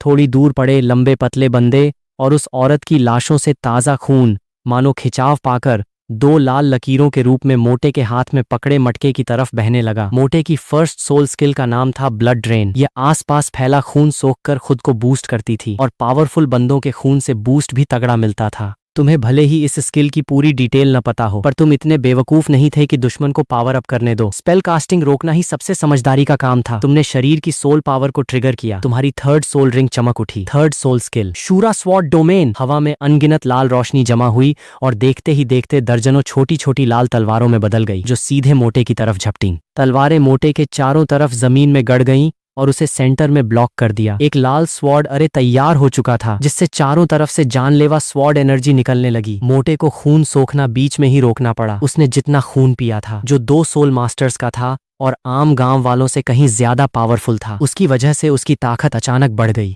पर इतनी घनी स्वॉर्ड एनर्जी के आगे वो डिफेंस नहीं कर पाया। उसके शरीर पर कट लगने लगे। घाव भले ही गहरे न हों, पर उनमें एक अजीब सा जहर था जो उसकी सोल पावर के फोलो को जाम कर रहा था। ये तुम्हारी स्पिरिट में छुपा शूरा पावर का असर था। मोटा अब और रिस्क नहीं ले सकता था। उसने अपनी पूरी ताकत से मटके को स्वॉर्ड अरे की वॉल पर दे मारा। धड़ाक। स्वॉर्ड अरे की वॉल पर लहरें उठीं, पर वो टूटी नहीं। मोटा दांत पीसकर बार बार मटका पटकने लगा। स्वॉर्ड अरे के बाहर गंजा तुमसे भिड़ चुका था। सोल पावर टकरा रही थी। हवा में तलवारों की धार तैर रही थी। दर्जनों राउंड्स के बाद चटक, नीचे का स्वॉर्ड अरे झटके से टूट गया। वो डार्क रेड मटका अरे से निकलकर सीधे तुम्हारी पीठ पर झपटा। तुम्हें पीछे खतरे का एहसास हुआ और तुम हटने ही वाले थे कि उसी 1 सेकंड की चूक का फायदा गंजे ने उठाया। उसने दोबारा अपनी 4th सोल स्किल यूज कर दी। तूफानी साउंड वेव्स ने तुम्हें हवा में ही उड़ा दिया और तुम सीधे पीछे आ रहे मटके से टकरा गए। बस तुम्हारे मुंह से खून का फव्वारा छूटा और तुम सीधे जमीन पर आ गिरे। ब्लैक गोल्ड स्वॉर्ड विंग्स के कई पंख टूटकर चारों तरफ बिखर गए थे। तुम शूरा डेमन स्वॉर्ड के सहारे जमीन पर टिके, छाती में उठते भयानक दर्द को दबाते हुए खड़े हुए। तुम्हारी सोल पावर वैसे भी उन दोनों से बहुत कम थी, ऊपर से तुम लगातार बूस्ट स्किल्स यूज कर रहे थे। हाई लेवल स्किल्स का खर्च बहुत ज्यादा होता था। अब तक तुम्हारी बॉडी में 20% से भी कम सोल पावर बची थी। इस फाइट ने तुम्हें तुम्हारी असली लिमिट दिखा दी थी। स्पिरिट जगे हुए अभी सिर्फ 1 साल हुआ था। भले ही तुम्हारी स्पिरिट और सोल रिंग्स टॉप नॉच थी, पर कॉम्बैट एक्सपीरियंस अभी भी कम था। पिछले 1 साल में तुमने कई स्किल्स सीखी, अपने से हाई लेवल बंदों को हराया, पर वो सब सिर्फ प्रैक्टिस फाइट्स थी। कभी असली जिंदगी और मौत का खेल नहीं खेला था। ऊपर से तुम्हारी ज्यादातर स्किल्स सिर्फ बॉडी बूस्ट वाली थी, डायरेक्ट अटैक पावर्स कम थी। 2 खूंखार डेविल सोल मास्टर्स के खिलाफ अकेले लड़ना सच में भारी पड़ रहा था। गंजा तुम्हारे सामने आकर खड़ा हो गया, चेहरे पर वहशी मुस्कान थी। लौंडे, तू तो सोल वेनरेबल निकला। अगर तेरा खून पी लिया तो मेरा लेवल पक्का बढ़ जाएगा। तुम उन दोनों को पास आते देख रहे थे। दिल में एक टीस उठी, क्या मैं ऐसे ही हार जाऊंगा? क्या मुझे सच में गोल्डन दादा की हेल्प लेनी पड़ेगी? तुम्हारी नजर जमीन पर बिखरी लाशों पर गई, फिर पीपल के पेड़ के नीचे बैठी उन औरतों और बच्चों पर। वो सब आंखें गड़ाए तुम्हारी तरफ देख रहे थे। उनकी आंखों में डर था, बेबसी थी और एक हल्की सी उम्मीद भी थी। दोनों डेविल मास्टर्स का कमीना ठहाका रात के सन्नाटे में गूंज रहा था। उन्हें देखकर लग रहा था मानो मासूमों को मारना, उनका खून पीना उनके लिए बहुत नॉर्मल बात हो। तलवार पकड़े तुम्हारा हाथ हल्का सा कांपा। दिल के सबसे निचले कोने से एक ऐसा गुस्सा उबला जो तुमने पहले कभी महसूस नहीं किया था। तुमने सिर नीचे किया और धीरे से आंखें मूंद लीं। तुम हमेशा सोचते थे कि तुम्हारी स्वॉर्ड आर्ट सिर्फ मारने का तरीका है, सारे दुश्मनों का सफाया करना, पर इस पल तुम्हें समझ आया कि शूरा डेमन स्वॉर्ड का असली रास्ता सिर्फ मारना नहीं है, बल्कि पापों का इंसाफ करना है, शैतानों को सजा देना है।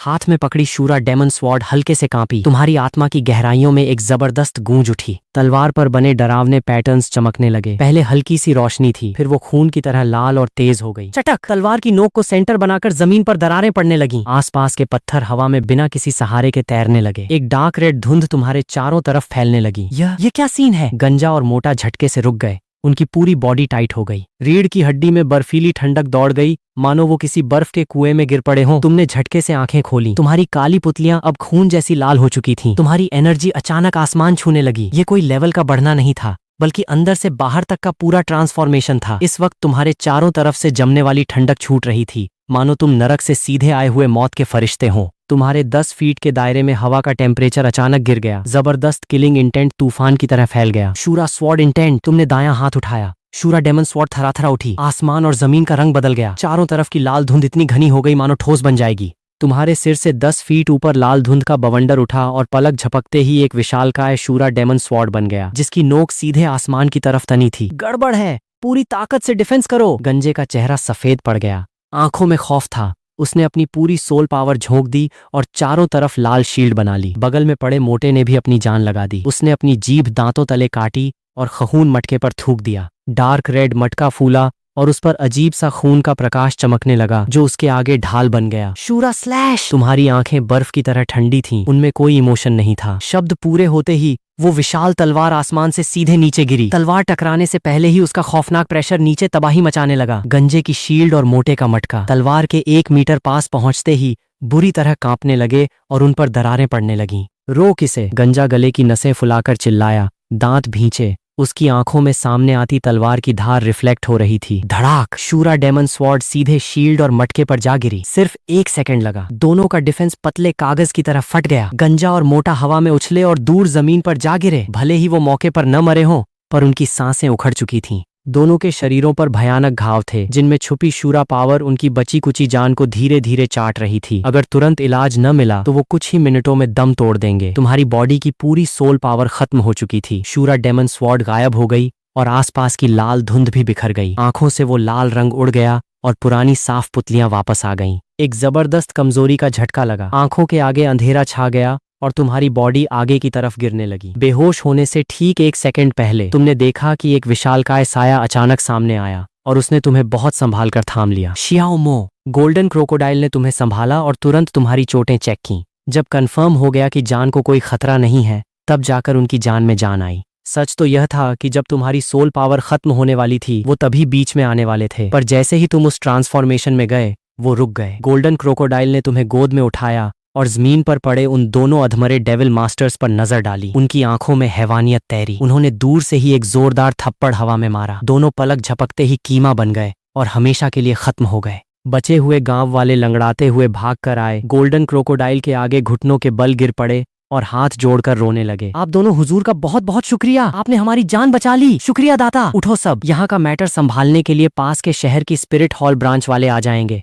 बात पूरी करके गोल्डन क्रोकोडाइल हवा में उड़े और सुनहरी रोशनी बनकर रात के अंधेरे में गायब हो गए। बचे हुए गांव वाले काफी देर तक आसमान को निहारते रहे। कोई अपनी जगह से हिला तक नहीं। अगली सुबह स्पिरिट हॉल सिटी। तुम्हारे कमरे में खिड़की से सुबह की गुनगुनी धूप अंदर आ रही थी। तुम्हारा दिमाग धीरे धीरे होश में आया और तुमने आंखें खोली। सामने छत की वही जानी पहचानी नक्काशी थी। तुम्हें तसल्ली हुई कि तुम वापस स्पिरिट हॉल सिटी पहुंच चुके हो। तुमने भारी सिर को सहलाया और धीरे धीरे उठकर बैठे। तुमने अपनी बॉडी को स्कैन किया। चोटों का इलाज हो चुका था, कोई मेजर इश्यू नहीं था, बस पूरा शरीर दर्द से अकड़ा हुआ था। तभी बाहर तेजी से कदमों की आवाज आई और दरवाजा खुला। 4 लोग कमरे में घुसे। सबसे आगे सुप्रीम एल्डर कियान दाउलू थे, उनके पीछे गोल्डन क्रोकोडाइल और उनके पीछे पोप कियान शुंजी और बिबी डोंग थे। तुमने उठकर प्रणाम करने की कोशिश की। शियाओमो, फॉर्मेलिटी की कोई जरूरत नहीं है, तुम्हें अभी आराम चाहिए। कियान दाउलू ने प्यार से मुस्कुराते हुए हाथ से इशारा किया और एक सॉफ्ट एनर्जी ने तुम्हें वापस बिस्तर पर लिटा दिया। कल रात गोल्डन क्रोकोडाइल ने उन्हें पूरी बात बता दी थी। जब उन्होंने सुना कि तुमने मौत के मुहाने पर अपनी खुद की स्वॉर्ड इंटेंट खोज ली है तो उनकी आंखों में भी शौक साफ दिख रहा था। स्वॉर्ड इंटेंट,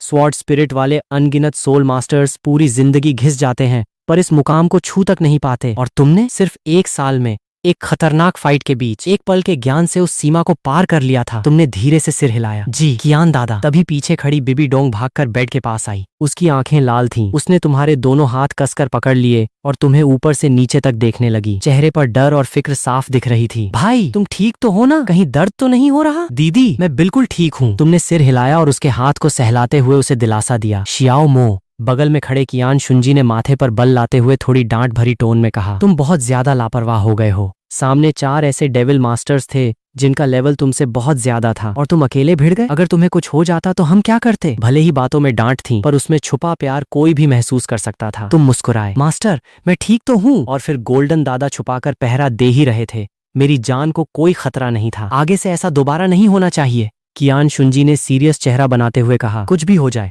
सबसे पहले अपनी जान की हिफाजत करनी है। तुमने सिर हिलाकर हाँ कहा। इसके बाद कियान दाउलू ने एक बार फिर तुम्हारी बॉडी चेक की। कल रात के इलाज के बाद चोटें काफी हद तक ठीक हो चुकी थीं। थोड़ी बातचीत के बाद कियान दाउलू खड़े हुए। शियाओमो तुम आराम करो, हम चलते हैं। जी कियान दादा, आराम से जाइए। तुमने उन्हें विदा किया। बिबी डोंग का जाने का कोई इरादा नहीं दिख रहा था। कियान दाउलू और बाकी दोनों ने एक दूसरे को देखा, चुपचाप बाहर निकल गए और दरवाजा बंद कर दिया। कमरे में अब सिर्फ तुम और बिबी डोंग बचे थे। भाई तुम बेवकूफ हो क्या? सामने खून पीने वाले राक्षस थे, फिर भी तुम अकेले कूद पड़े। अपनी हालत देखो क्या बना ली है। बिबी डोंग की आंखें फिर से भर आईं। बात पूरी भी नहीं हुई थी कि उसकी आंखों से आंसू टपक पड़े। ये देखते ही तुम तुरंत सीधे होकर बैठे। दीदी तुम रो क्यों रही हो? कियान दादा ने चेक तो किया था, मुझे कोई खास चोट नहीं आई है। 2 दिन रेस्ट करूंगा तो एकदम फिट हो जाऊंगा। ये कहते हुए तुमने हाथ बढ़ाकर बिबी डोंग के गालों से आंसू पोंछे। अब रोना बंद करो वरना रो रो कर बंदरिया जैसी लगोगी। तुम होगे बंदर। बिबी डोंग ने अपना हाथ उठाकर जबरदस्ती चेहरा पोंछा। काफी देर बाद वो संभली, नाक सिकोड़ी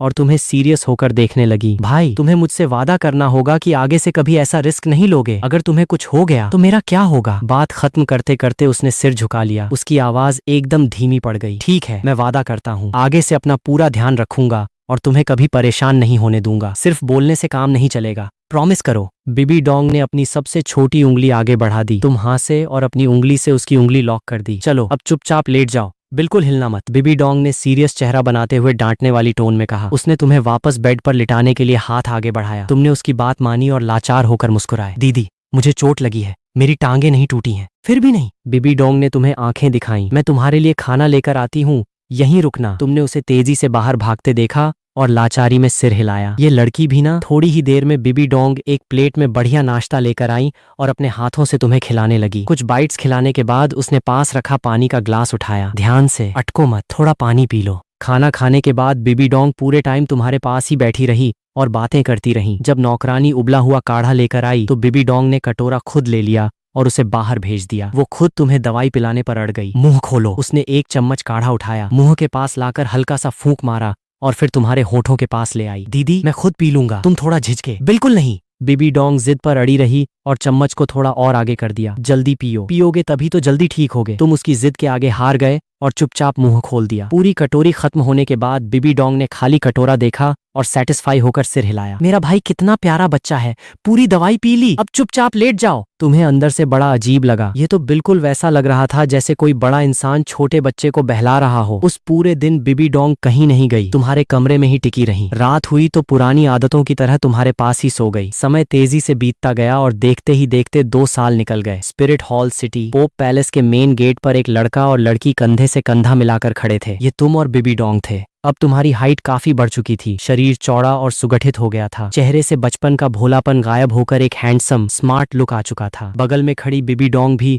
अब एक हसीन लड़की में बदल चुकी थी। उसकी फिगर अब सुडौल हो रही थी, वो अब पहले वाली सिंपल सी छोटी बच्ची नहीं रही थी। इन 2 सालों में तुम स्पिरिट हॉल सिटी से एक कदम भी बाहर नहीं गए। चोट ठीक होने के बाद तुम्हारी लाइफ एकदम सेट रूटीन पर चलने लगी थी। सुबह अकेले तलवारबाजी की प्रैक्टिस, दोपहर में स्पिरिट हॉल के सोल मास्टर्स के साथ रियल कॉम्बैट प्रैक्टिस और रात में बंद कमरे में कल्टीवेशन। कभी कभी तुम बीबी डोंग के साथ प्रैक्टिस करते या स्पिरिट हॉल की लाइब्रेरी में बैठकर चुपचाप किताबें पढ़ते। कई हाई क्वालिटी मेडिसिन बाथ लेने की वजह से तुम्हारी फिजिकल स्ट्रेंथ बहुत बढ़ चुकी थी। 1000 साल वाली सेकंड सोल रिंग सोखना अब तुम्हारे लिए बच्चों का खेल था। तुम दोनों ने एक दूसरे को देखा और उस सीरियस भव्य पोप पैलेस के अंदर कदम बढ़ा दिए। शिष्य सुमो मास्टर को प्रणाम करता है, शिष्या बीबी डोंग मास्टर को प्रणाम करती है। दोनों ने झुककर प्रणाम किया, जिनकी आवाज विशाल हॉल में गूंज उठी। कियान शुंजी ने हाथ में पकड़ा कागजों का बंडल रोका, सिर उठाया और सामने खड़े दोनों होनहार बच्चों को देखा। उनकी आंखों में गर्व साफ दिख रहा था। वो मुस्कुराए। शियाओ मो,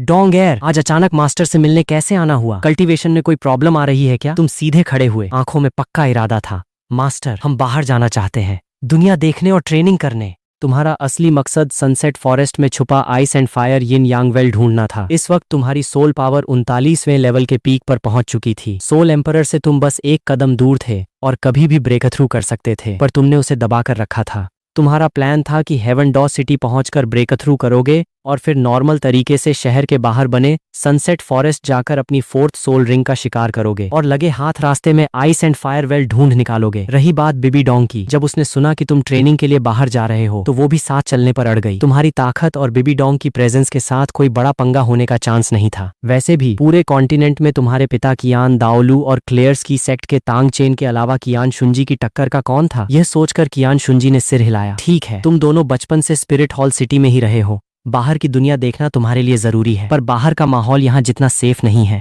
आज मैं सुप्रीम एल्डर से बात करके एल्डर पैलेस या वर्शिप पैलेस से किसी एल्डर को गुप्त रूप से तुम्हारी प्रोटेक्शन के लिए भेजूंगा। तुम दोनों कल सुबह निकलना। तुमने हाथ जोड़े। जी मास्टर, शुक्रिया। बगल में खड़ी बीबी डोंग भी खुशी से मुस्कुराई। Thank you master. Qian Shunji ने दोनों को देखा और हंसते हुए सिर हिलाया। जाओ, अपनी पैकिंग करो, याद रखना सेफ्टी सबसे पहले। दोनों ने फिर से झुककर प्रणाम किया और पैलेस से बाहर निकल आए। बाहर आते ही गुनगुनी धूप का स्वागत हुआ। बीबी डोंग ने मुड़कर तुम्हारी तरफ देखा। भाई, हम कहाँ जा रहे हैं ट्रेनिंग के लिए? तुम्हारे होठों पर एक सीक्रेट मुस्कान आई। हेवन डॉ एम्पायर। ठीक है, जैसा तुम कहो, जहाँ जाओगे मैं वहीं चलूंगी। चलो पैकिंग करते हैं। बीबी डोंग ने धीरे से हाँ कहा, तुम्हारा हाथ पकड़ा और घर की तरफ चल दी। एक सुबह स्पिरिट हॉल सिटी के गेट से एक आलीशान रथ बाहर निकला। रथ के पहिए पत्थरों की सड़क पर खड़खड़ करते हुए हेवन डॉ एम्पायर की दिशा में तेजी से बढ़ने लगे। जैसा कि उम्मीद थी, कियान दाओलू ने इस बार फिर सीनियर गोल्डन क्रोकोडाइल डॉलुओ को ही भेजा था। वो रथ चलाने वाले की सीट पर आराम से बैठे थे, अपनी एनर्जी पूरी तरह दबाए हुए मानो कोई आम बूढ़े बाबा हों।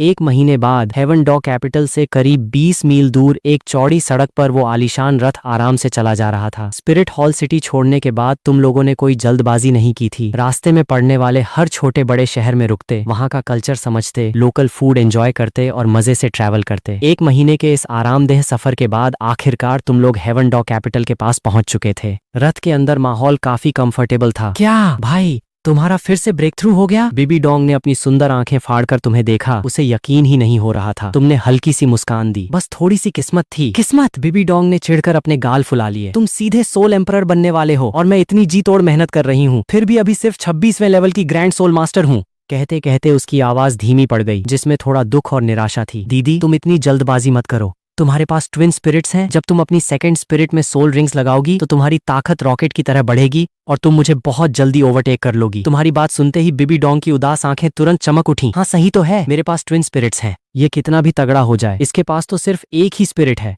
ये सोचते ही उसका मूड वापस फुल ऑन एटीट्यूड में आ गया। उसने नाक सिकोड़कर गर्व से अपना चेहरा ऊपर उठाया। हाँ बिल्कुल, ठरकी भाई, तुम रुको, मैं ऐसी मेहनत करूंगी कि तुम्हें बहुत जल्द पीछे छोड़ दूंगी। ठीक है, मैं इंतजार करूंगा, तुम मुस्कुराते हुए बोले। तभी रथ के बाहर से गोल्डन क्रोकोडाइल की आवाज आई, शियाओमो, जब तुम्हारा ब्रेक थ्रू हो ही गया है तो यहाँ से सबसे पास सनसेट फॉरेस्ट पड़ता है। क्या पहले तुम्हारी फोर्थ सोल रिंग का शिकार कर लें, फिर हेवन डॉ कैपिटल चलें? जी बिल्कुल गोल्डन दादा, तुमने बाहर आवाज दी। तुमने ब्रेक थ्रू का टाइम ही ऐसा सेट किया था ताकि सनसेट फॉरेस्ट जाकर आइस एंड फायर वेल ढूंढ सको। अगर गोल्डन दादा न भी बोलते तो तुम खुद ये बात कहते। रथ ने तुरंत मोड़ लिया और सनसेट फॉरेस्ट की तरफ बढ़ गया। रथ के अंदर तुम बिबी डोंग के साथ मजाक भी कर रहे थे और दिमाग में अपना प्लान भी बना रहे थे। तुम्हें नहीं पता था कि यह सफर कितना आसान होगा। आइस एंड फायर वेल न जाने कितने सालों से वहां मौजूद था। सनसेट फॉरेस्ट में रोज अनगिनत सोल मास्टर्स आते जाते थे, पर इतने सालों में किसी को वो खजाना नहीं मिला था। ओरिजिनल स्टोरी में डोगुबो को भी सिर्फ एक इत्तेफाक से वो जगह मिली थी। सोचो वो जगह कितनी छुपी हुई होगी।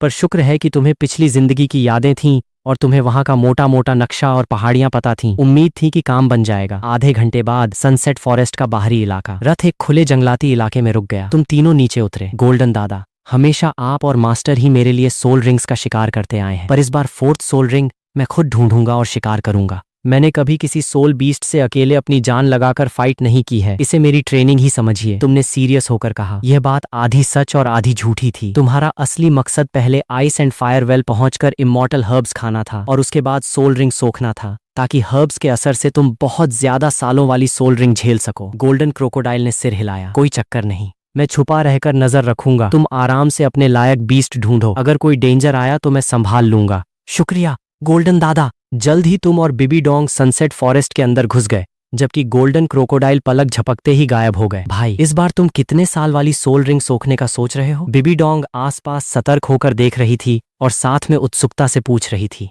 उसे पता था कि तुम्हारी थर्ड सोल रिंग 5000 साल से ज्यादा की थी, तो फोर्थ सोल रिंग कम से कम 7000 8000 साल की होनी चाहिए। रही बात 10,000 साल वाली सोल रिंग की, उसने सपने में भी नहीं सोचा था। उसे पता था कि 10,000 साल वाली सोल रिंग कितनी डरावनी होती है। उसमें भयानक सोल पावर के साथ साथ स्पिरिट शॉक भी होता है, जिसे झेलने के लिए कम से कम सोल किंग के लेवल की मेंटल पावर चाहिए होती है। उसे नहीं लगता था कि तुम अभी ऐसा कर पाओगे। सच तो ये था कि तुम भी अभी ऐसा नहीं कर सकते थे। तुम्हारे पास न तो तांग सान जैसी कोई स्पिरिट कल्टीवेशन की तकनीक थी और न ही कोई मेंटल हेड सोल बोन। तुम्हारी मेंटल पावर अभी सोल किंग के लेवल से थोड़ी कम थी। अभी पक्का नहीं पता, पहले ढूंढते हैं। तुमने सिर हिलाया और ज्यादा डिटेल नहीं दी। तुम दोनों जंगल की गहराइयों की तरफ बढ़ते गए। तुम चलते चलते आसपास की जमीन और पहाड़ों की बनावट को ध्यान से देख रहे थे। रास्ते में 1000 साल वाले कई बीस्ट्स मिले, पर तुमने उनसे उलझना जरूरी नहीं समझा और चकमा देकर आगे निकल गए। आधे घंटे बाद तुम सनसेट फॉरेस्ट के काफी अंदर आ चुके थे। पेड़ अब बहुत घने हो चुके थे और धूप रुकने की वजह से सन्नाटा और अंधेरा बढ़ गया था।